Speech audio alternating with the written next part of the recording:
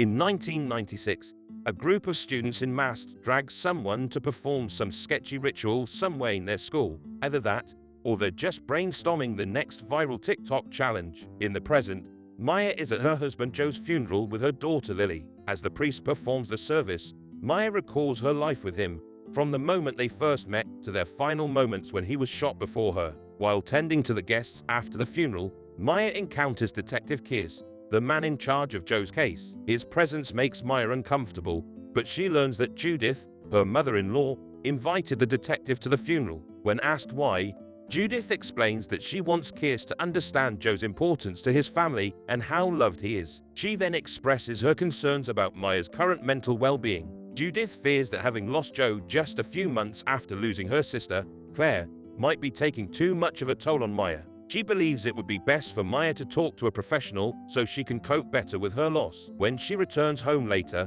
Maya gets a gift from her friend Eva, and it's a digital picture frame that doubles as a secret nanny cam. Eva says Maya can use it to watch Lily when she's not at home. Maya says there's no need for it because their nanny, Isabella, has been with their family for a long time. Despite that, Eva still places the picture frame in Lily's playroom. A few days later, Maya returns to work. One of her friends, Shane, worries about her and asks if she's grieving properly. Like every other good friend, Shane suggests they gather at her house that weekend at Maya's house to indulge in a few bottles of liquid happiness. When Maya gets home after work, she finds Lily safe and happy after spending a day with Isabella. Later that night, Maya struggles to sleep because she's haunted by her memories of when she was still serving in the military. She tries to exercise and tire herself out, but it doesn't work, so she opts for sleeping medications instead. In the morning, Judith calls Maya and asks her to come over on the weekend, but Maya declines. After that, she checks the nanny cam,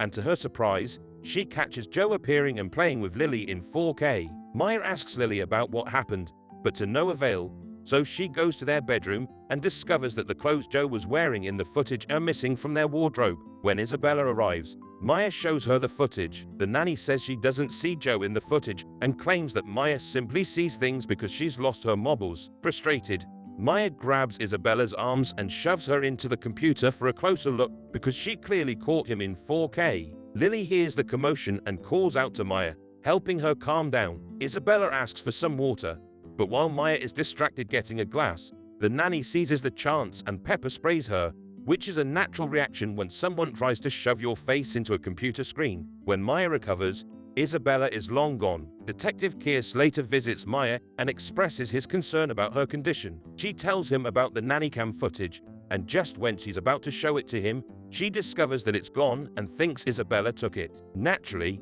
Keegan thinks Maya is just hallucinating things because of her grief. The detective asks Maya questions about what happened on the night Joe lost his life. Maya says they were cornered by two men on motorcycles who attempted to rob them. However, they decided to fight back, and in an unfortunate turn of events, Joe was shot 3 times in the chest. Keegan asks Maya if she could show him their gun collection, one of which is a deactivated Glock handgun. The detective takes it for examination because the bullets recovered from Joe's body were from the same type of gun. Although she's appalled that the detective is considering her a suspect too, Maya cooperates. Before leaving, Keegan tells Maya to take things easy. On his way back to his office, Keegan momentarily passes out while driving and rams his car into a fence. As he recovers, he sends someone a message that says it happened again, implying that it isn't the first time such an event happened to him. When his boss asks him about what happened later, he lies and says he got into the accident because he was trying to avoid hitting a cat on the street. His boss feels concerned about it and asks if he's been drinking again.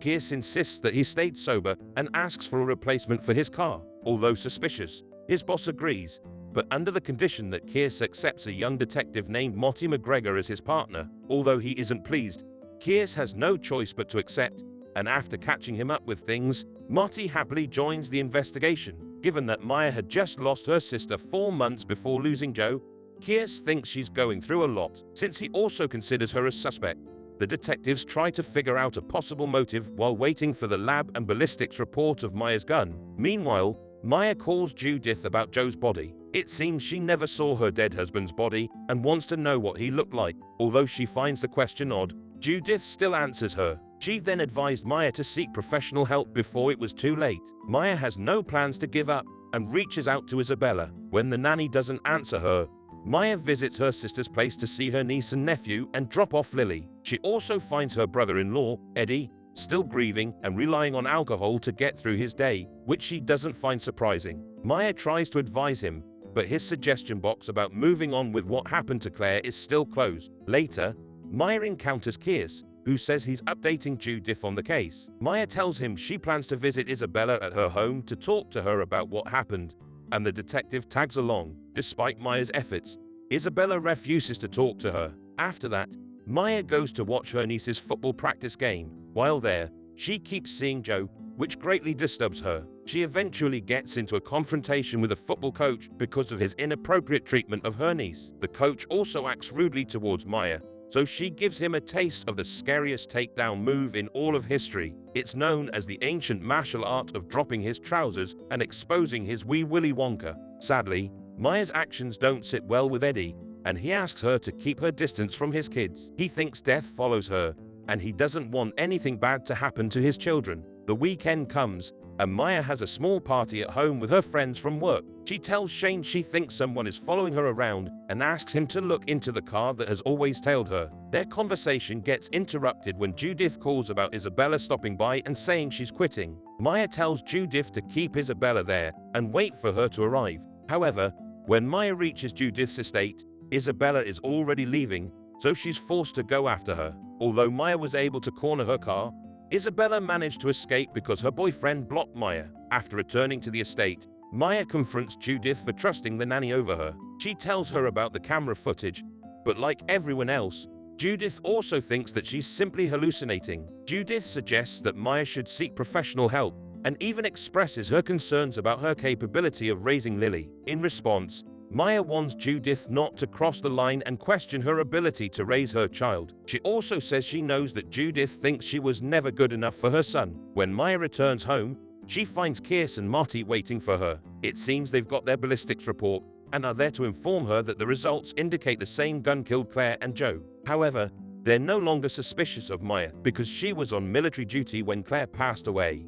Elsewhere, Isabella opens the SD card from the nanny cam on her laptop. She then watches the footage of Joe playing with Lily and deletes it afterward. Episode 2. In the past, while she was still on military duty back, Maya gets a call from Joe about Claire's passing. Maya immediately flies home and is comforted by Joe as she mourns the loss of her sister. In the present, Detective Keegan asks Maya about the relationship between Claire and Joe. Maya says they got along well and worked together. Realizing what he might be implying, Maya clarifies that his sister and husband didn't have an affair. The next day, Maya drops Lily at a daycare before going to work. Bothered by the recently discovered leads on her loved one's death, she visits Eva to ask some questions about her sister. During that time, Eva reveals that Claire was acting strange a few weeks before she passed away. Eva recalls seeing Claire angrily answering a call from a secret phone while they were out for lunch. Maya is frustrated that Eva kept such an important detail secret. In her defense, Eva says she was scared that Claire might be having an affair and didn't want to ruin things for her family. Detective Keegan meets his sponsor, Nicole. She reminds him to prioritize their meetings and suggests seeing a doctor for extra support. Keegan is scared of losing his job if they find out something is wrong with his health. As a result, Nicole recommends he should visit a private hospital if that is the case. Maya goes to Claire's house and finds her old secret stash containing her sister's secret phone, but it's not working. Eddie shows up and demands that she leave and hand over the phone. Maya questions Eddie about Claire's possible affair, which angers him. He denies it but admits they were distant at the time of her death. Eddie tries to use force on Maya to take the phone, but he ends up on the ground because the only martial arts he knows is the chugga-beer style, and it isn't effective at all against a well-trained soldier like Maya. Maya drives off before Eddie can stop her. Claire's daughter becomes curious about the phone. Later, she and her brother find old stuff from Claire's teenage years. They discover an old camera and find out that their mother was pregnant long before they were born. Marty and Keegan continue to investigate the murders and suspect that the nanny, Isabella, might have seen or heard something while working for Joe's family that could provide answers. They visit Isabella, and she tells them Maya has gone bonkers and is hallucinating about Joe. She also lies about Maya attacking her out of the blue and denies taking the SD card from the nanny cam. When asked if Joe had an affair, Isabella says it's impossible because Joe loved his wife a lot. She then adds she feels that he was too good a man for Maya. Meanwhile, Maya charges Claire's secret phone and finds a number that her sister called several times before her death. She looks it up and discovers it's a place where many lonely people like me spend most of their days, the local arcade club. She visits the place but doesn't get any answers. The owner doesn't even know Joe or her sister. A day later, Judith calls Maya and reminds her about the will reading, which will happen the next day.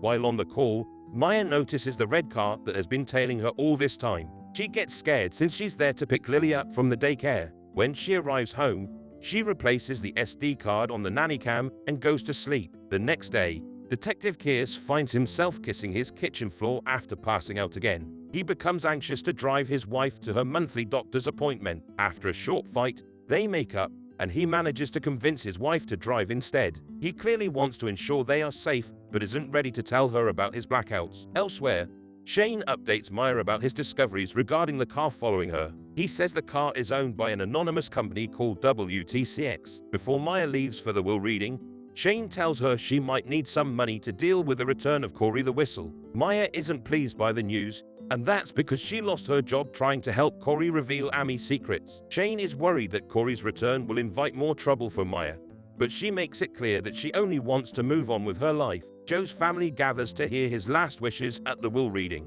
To their surprise, the lawyer tells them they should postpone because, in a strangely suspicious turn of events, they couldn't get Joe's death certificate. Joe's sister, Caroline, confides with Maya, saying she finds it strange that there is no death certificate. She then brings up the death of her brother Andrew and how she never saw his dead body. Caroline asks Maya if she saw Joe's body. Although Maya says she didn't see the body by choice, it's clear to both of them that the real reason is that Judith didn't permit it. Caroline is suspicious that Joe isn't truly dead because of this. Maya tries to convince her that Joe is gone and that she was there when it happened. However, both of them know it's just a classic case of coke. Not long after that, Caroline shows Maya something she discovered. She opens a file on a computer and points out that Detective Kears is receiving money from their family's private bank account, leaving Maya shocked. Subscribe for more videos like this. Turn on notifications and leave a like. It really helps the channel.